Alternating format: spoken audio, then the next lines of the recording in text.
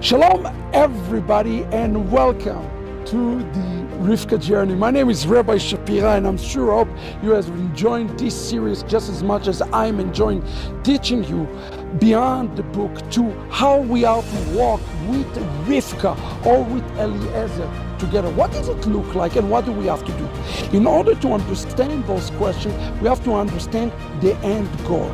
The end goal found in Jeremiah chapter 31 verse 1. God says, look, I have a family and I want to unify this family. And this family is called Israel. And the way God defined Israel is those who are part of the physical branch and those who are grafted in to the Jewish people. So God's ultimate calling for each and every one of us is to be part of the rectification. The question is how we are being rectified. And this is important to understand. There are two different rectifications that absolutely must take place in this journey. Itzhak have to be rectified, represent the Jewish people, the natural branch, and also Rivka, the nations have to be rectified. Yaakov and Esau both have something missing from them and they need each other, although they are opponents to one another and they are adversaries to one another. Judaism and Christianity are adversarial one another. You have to understand that Judaism cannot reach its full capacity, its full potential, unless it's recognized something that is found inside Christianity and vice versa. Christianity cannot fulfill its fullness and its full potential unless it's received something very valuable from the Jewish people. Listen to what the text is telling us in the book of Leviticus 26 verse 42, and it says, then will I remember my covenant with Jacob. I will remember also my covenant with Isaac and also my covenant with Abraham, and I will remember the land.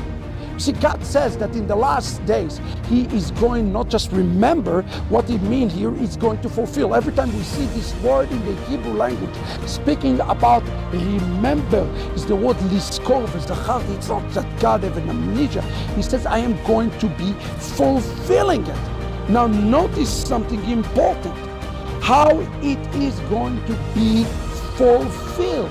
It is going to be fulfilled when Jacob becomes full. You see, there's something amazing about this text. Jacob's name have an extra letter that is added to his name. It's the letter Vav that is added to his name. Yaakov has the letter Vav. And this letter Vav is the letter that associates with Eliyahu or Elijah, the prophet. And the same thing about the nations. Esau's name can be spelled Esau with a yod and Esau without a yod. When Esau becomes full when he receives something that is resembled the number 10, the letter Yud. Well, what resembles the number 10?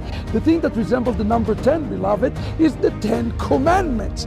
Both parties need something from one another. You see, and it says here in the book in page 109, Elijah the prophet will not return until Jacob prepare the way for the coming of the Messiah, until he is ready to attain the Vav. And prepare the way, means prepare the family by unifying the heavens and the earth and unifying the remnant of Esau with Israel. The powerful and unique calling of the Jewish people is to restore the Eden dormant Vav. This Eden dormant Vav and the Eden dormant Vav is what the Jewish people need to restore. And how do they do it? By returning them to Yeshua. Esav is the same letters as the word Yeshua. What is missing? The letter Yod, returning to the covenant, to returning to the promises, remembering, returning to the blessings. When the Gentiles take upon themselves their fullness, then the Jewish people are receiving something in return from the Gentiles. And then both groups can and will walk in their fullness. Listen to what I wrote at the bottom of page 109. Yet Jacob has a real mission in Edom. Could it be that the birth of Christianity 2,000 years ago signaled a great commission on obtaining the missing valve from Christianity to rectify it? The final stage of redemption and the Messiah coming will occur when Jacob fulfilled his calling to obtain what the prophet Isaiah told us, the treasure out of darkness. It says that in the book of Exodus chapter 13, it says that the remnant went out of Egypt. They were this mixed multitude. They were armed. This word in Hebrew, to be armed, is the same word as the word Messiah. The Gentile restored the Messiah to Israel. Israel restored the Torah to the Gentile. Both sides get fulfilled and get full, and in that we can enter into the banquet. What an amazing responsibility we have toward one another. We as Messianic Jews must take you out of the house of Rivka in order for you to fulfill your destiny, while we as Jews reap the benefit from your exodus. It's not a win or a lose. We all win together or lose together. So let us focus today on each other's fullness. And for us Jews, we should rejoice when you come out. And for you Gentiles, you should rejoice when we recognize the full and authentic Yeshua. Not the one that is found in Christianity, the one who walked and lived according to Torah 2,000 years ago. Time to take the journey. Friends, read the book, spread the word, leave your comments.